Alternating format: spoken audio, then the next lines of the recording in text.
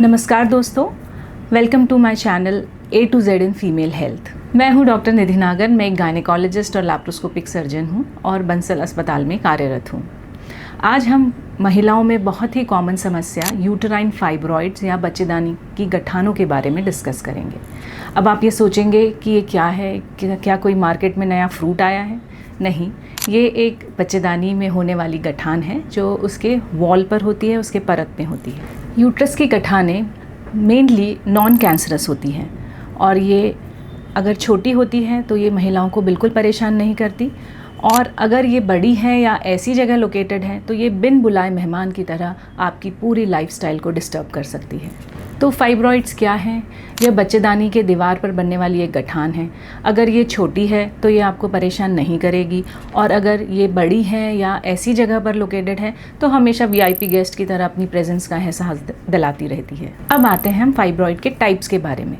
जैसे सीरियल और धारावाहिक में सबके कैरेक्टर्स अलग अलग होते हैं, वैसे ही फाइब्रॉइड जो है अलग अलग टाइप्स के होते हैं। तो फाइब्रॉइड को हम मेनली 3 प्रकार में डिवाइड करते हैं। पहला होता है सबम्यूकस फाइब्रॉइड, जो कि बच्चेदानी की अंदरूनी सतह पर होता है और ये सबसे ज़्यादा परेशान करने वाला फाइब्रॉइड होता है।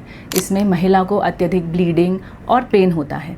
दूसरा फाइब्रॉइड जो कि इंट्राम्यूरल वैरायटी होती है, जो कि बच्चेदानी की दीवार के अंदर धसी हुई होती है और ये साइज़ के अकॉर्डिंग अपने सिम्टम्स का एहसास दिलाता रहता है। तीसरा प्रकार होता है सबसेरोसल फाइब्रॉइड, जो कि बच्चेदानी की आउटर सतह पर होता है। अब ये 2 प्रकार के हो सकते हैं, पेडंकुलेटेड जो एक स्टॉक से लटकते रहते हैं, और नॉन पेडंकुलेटेड जिसमें कि स्टॉक नहीं होता है और पूरा का पूरा फाइब्रॉइड आउटर सतह पर होता है। जो पेडंकुलेटेड फाइब्रॉइड है, कई बार ये ट्विस्ट होने की टेंडेंसी होने की वजह से पेनफुल हो सकते हैं। यानी फाइब्रॉइड्स कहाँ बैठा है, कहाँ लोकेटेड है, ये डिसाइड करता है कि आपको कितनी सिवियरिटी की प्रॉब्लम है और किस प्रकार का इलाज होना चाहिए। अब फाइब्रॉइड्स की शिकायतें क्या होती है, क्या क्या सिम्टम्स आप महसूस कर सकते हैं?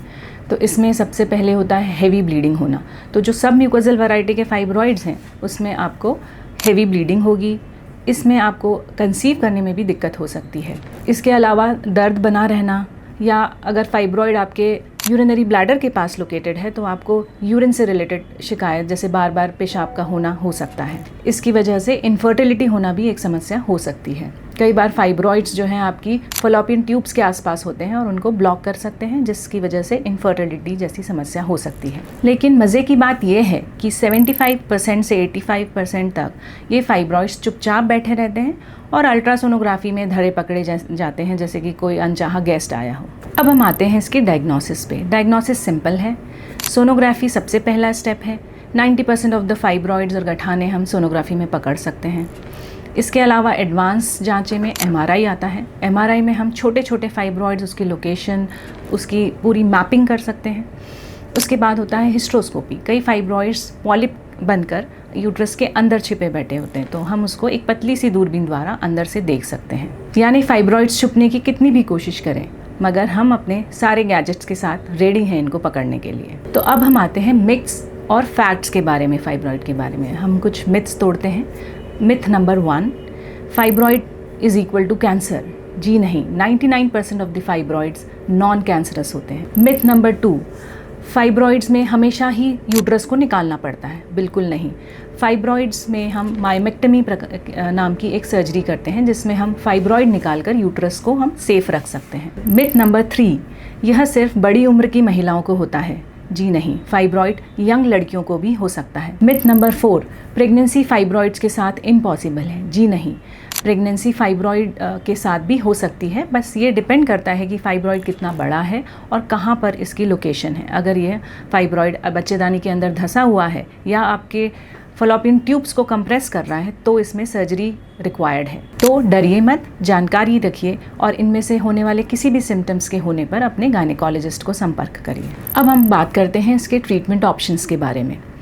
तो जैसे मैंने बताया कि काफ़ी सारे 75% ऑफ द फाइब्रॉइड्स एसिम्प्टोमेटिक रहते हैं, उसमें किसी भी ट्रीटमेंट की ज़रूरत नहीं पड़ती है और उसमें हमें सिर्फ ऑब्जर्व करना पड़ता है। फिर हम स्टार्ट करते हैं मेडिकल ट्रीटमेंट। अगर किसी महिला को एक्सेसिव रक्तस्राव हो रहा है या पेन हो रहा है तो हम उसमें मेडिकल हार्मोनल ट्रीटमेंट देते हैं, जिसमें कि ओरल कॉन्ट्रासेप्टिव पिल, प्रोजेस्टेरॉन हार्मोन्स, मिरेना आईयूडीज, कई प्रकार के ट्रीटमेंट उपलब्ध हैं। कुछ ऐसे फाइब्रॉइड जो बहुत ज़्यादा परेशान कर रहे हैं, सब म्यूकस वैरायटी के हैं या जो आपकी प्रेगनेंसी आने में दिक्कत कर रहे हैं, तो उनमें हम सर्जिकल ऑप्शन सजेस्ट करते हैं, जिसमें कि मायोमेक्टमी होता है, जो कि 2 प्रकार से किया जा सकता है। एक ओपन सर्जरी द्वारा, जिसमें कि एक बड़ा चीरा लग के फाइब्रॉइड निकाला जाता है, और एक होता है लैप्रोस्कोपी, जो कि दूरबीन तक की तकनीक होती है।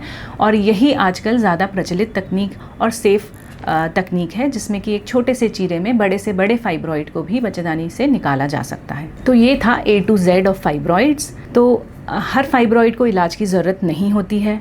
अगर ये आपको तकलीफ़ें दे रहा है, जैसे कि हैवी ब्लीडिंग, पेन, या अगर आप कंसीव करने में दिक्कत आ रही है, तो ही इसको इलाज की ज़रूरत होती है। लैप्रोस्कोपिक सर्जरी में एडवांसमेंट की वजह से हम फाइब्रॉइड्स को बहुत ही फास्ट तरीके से ट्रीट कर सकते हैं। तो मैं हूँ डॉक्टर निधि नागर, आपकी विमेन हेल्थ गाइड। तो अपनी समस्याओं को इग्नोर मत कीजिए और सही समय पर डॉक्टर की सलाह लेना ज़रूरी है, क्योंकि आपकी हेल्थ ही आपकी असली ताकत है। Thank you.